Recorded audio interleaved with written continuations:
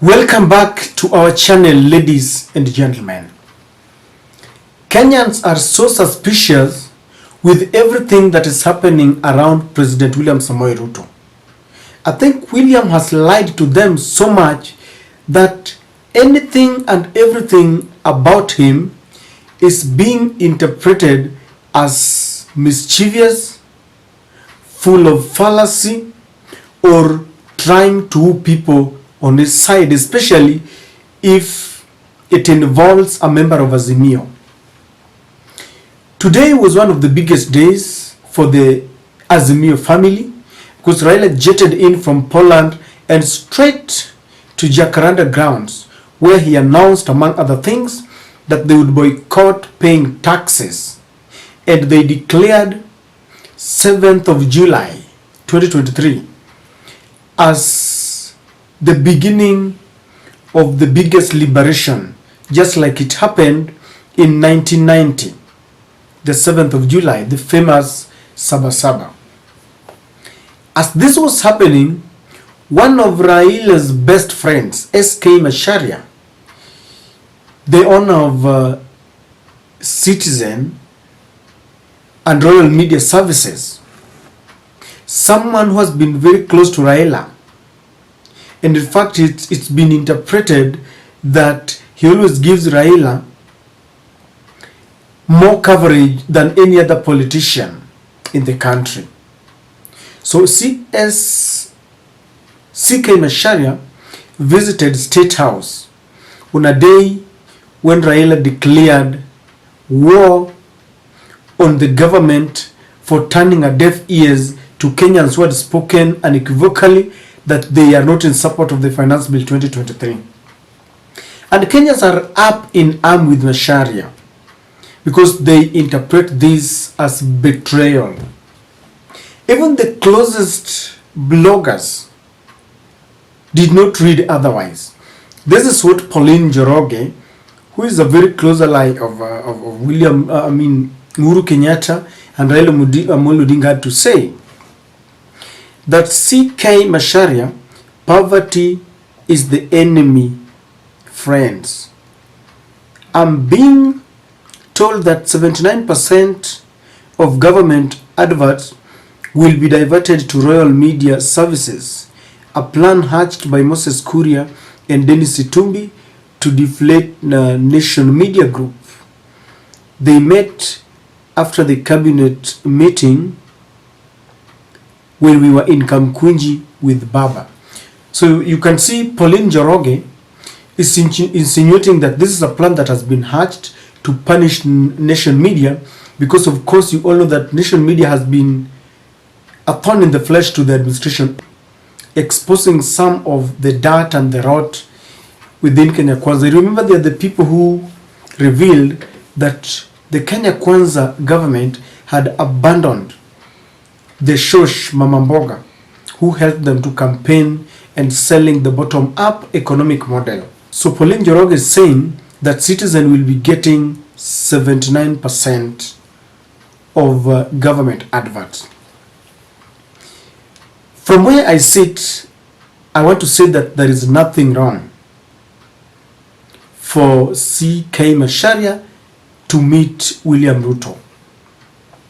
I'm saying this because Macharia is a business mogul and Royal Media employs several people.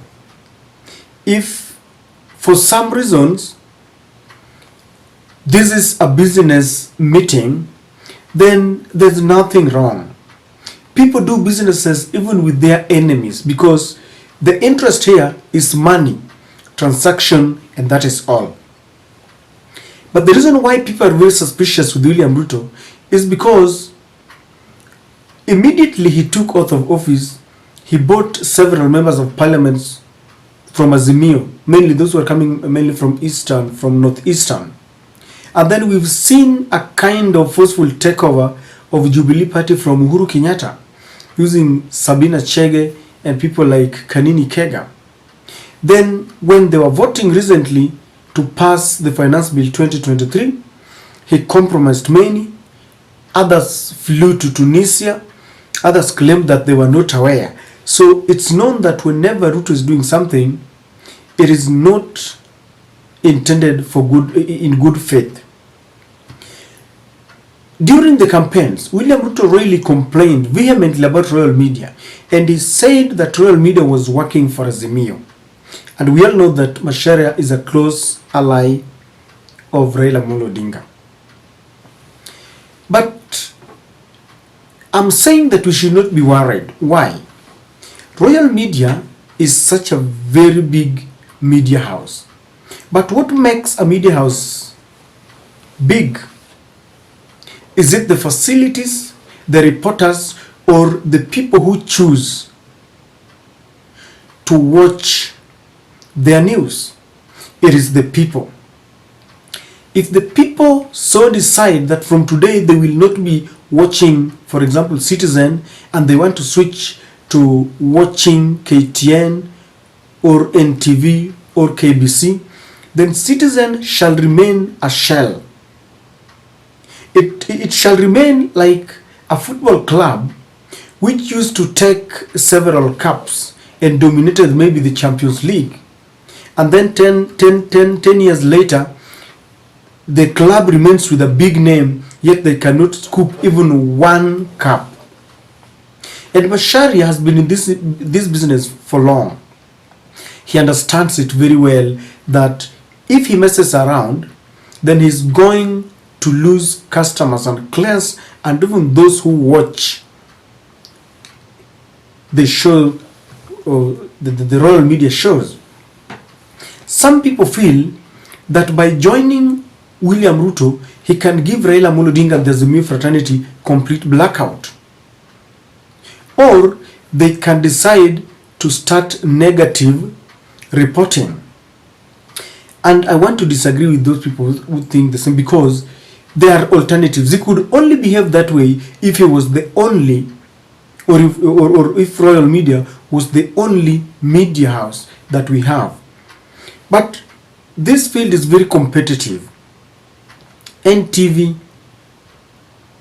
KTN, K24 and all that, because KBC will be seen to be pro-government. And so if he decides to give Raila blackout, if they decide to start negative reporting, then people will run away from it. Maybe it will be left to the Kenya Kwanza team. And I don't think that Macharia can degenerate to this lowest point. So if he goes there to do business, personally, I don't have a problem with that. The other thing that people must know is that you cannot expect all Raila allies to keep away from William Ruto. For you to understand your enemy, for you to read your enemy, you must have certain friends within his table, people who work with him and can give you a report. This is what used to happen in the African culture. For you to tame someone, you give them a wife. Even in the Bible, for the Philistines to catch and tame Samson, they used Delilah. And so this is a political contest. The only way, or one of the ways Raila can penetrate Ruto's circles is by allowing some of his people to work around William Samoei Ruto. In fact, this is something that we sometimes don't need to say on such platforms, but we're saying it to help some Azimio supporters who are now throwing stones at Macharia, thinking that Macharia has betrayed Raila Odinga. Let me tell you from where I sit. Before Macharia makes such a move, they must have discussed with Raila Odinga. Phone calls and consultations, and Raila tells him, okay, go ahead. I'm not saying that he has to take permission from Raila, but as friends, the principles of friendship is that before you make such a move, then you go and discuss with your friend. And from where I sit, Raila has sent Macharia to go and spy. For Raila to succeed in his game plans, he must have intelligence coming from the horse's mouth, coming from the very government that he is opposing. Because if he doesn't do that, then he will be in the dark. People could be planning for mischievous things without him knowing. So from where I sit, Raila has sent Macharia, and you can expect more and more Raila allies to work with Macharia, to work with William Ruto. The advantage of working with William Ruto, even if you appear to be betraying Raila like Atwoli did, you're at least closer to power. There are things that you can easily know, even if you, because you are now privy to the sources, to the meetings, or someone can just leak to you what is happening. And then if there is something wrong, they can always inform Raila. So I'm just here to defend, because people are taking a stand. There are those who are saying that he has betrayed Raila. There are those who are saying, no, he has not betrayed Raila, this is about business. I want to say that he is there to do business. He is there to be a checkmate, be a spy. And that is my stand. You can take this to the bank. You can write this date, and you will realize later that Macharia and many other people whom you may think are there because they are betraying Raila are actually there for the good and the benefit of the Azimio. And ladies and gentlemen, that is my take on Macharia meeting William Ruto in State House.